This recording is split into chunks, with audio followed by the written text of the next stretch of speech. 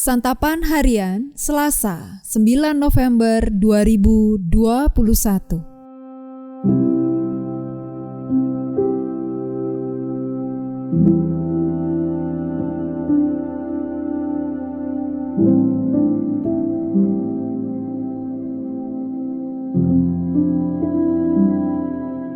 Inilah program Santapan Harian, sebuah program yang mengajak Anda menelusuri isi Alkitab, agar Anda menemukan makna firman Tuhan sesuai dengan konteksnya. Santapan Harian tertuju bagi Anda yang ingin memiliki kehidupan rohani yang segar, kuat, dan sigap.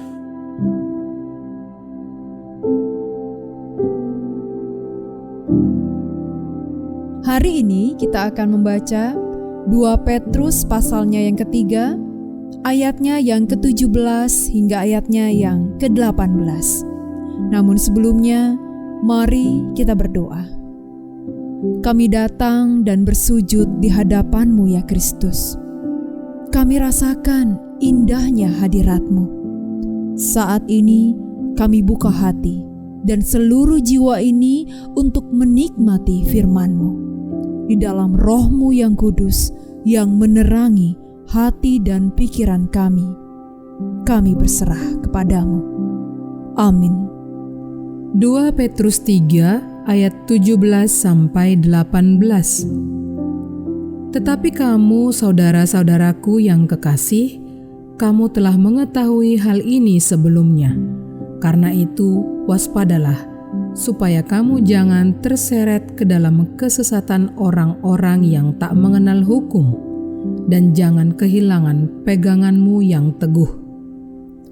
Tetapi bertumbuhlah dalam kasih karunia dan dalam pengenalan akan Tuhan dan Juru Selamat kita, Yesus Kristus. Baginya kemuliaan sekarang dan sampai selama-lamanya.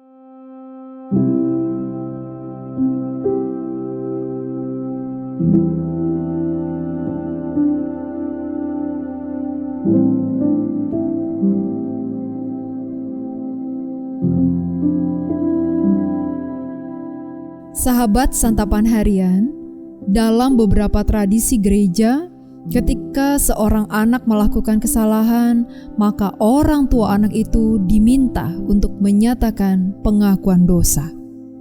Hal itu dilakukan karena anak-anak dianggap belum tahu apa yang diperbuatnya.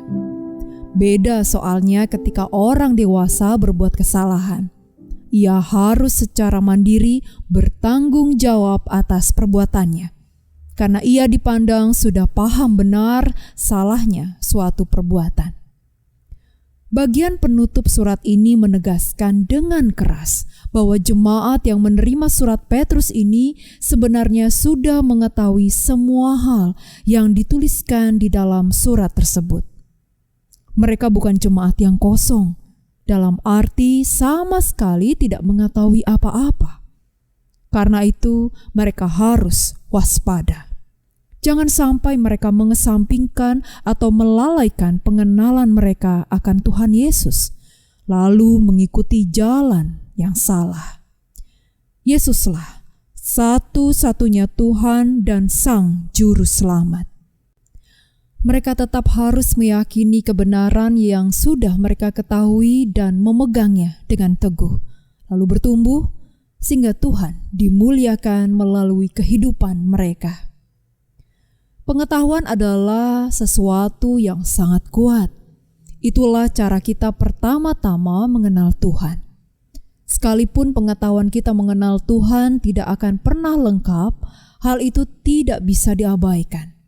Kita tidak bisa mengatakan bahwa yang penting hatiku percaya tanpa tahu siapa Tuhan yang sejati dan apa karyanya. Dengan demikian, kita bisa memahami pentingnya sola scriptura dalam kehidupan orang percaya. Alkitab menjadi satu-satunya sumber pengetahuan yang berwibawa sebagai firman Tuhan. Dari dalamnya, kita diperkenalkan kepada Tuhan serta kehendak dan karyanya. Itulah sebabnya pembacaan, penggalian, dan perenungan Alkitab menjadi esensial dalam kehidupan setiap orang percaya. Tentu saja, pengenalan itu tidak berguna jika hanya berhenti sebagai pengetahuan. Pengenalan kepada Tuhan Yesus haruslah menjadi pondasi kerohanian kita dan standar perbuatan kita, sehingga kita tetap setia kepadanya dan tidak mudah goyah iman. Jangan kita pura-pura tidak tahu, tetapi teruslah bertumbuh di dalam iman, sehingga hidup kita memuliakan Dia. Mari kita berdoa. Firman-Mu adalah kebenaran. Firman-Mu adalah kasih. Jiwa kami terisi oleh kebenaran dan kasih-Mu ya Kristus. Kami ingin senantiasa dekat kepadamu dan semakin mengenal Engkau.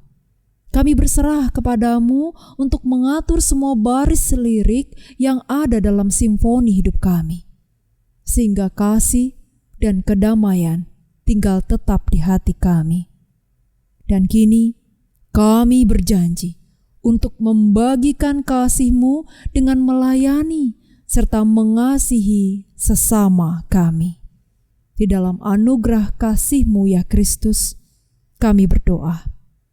Amin.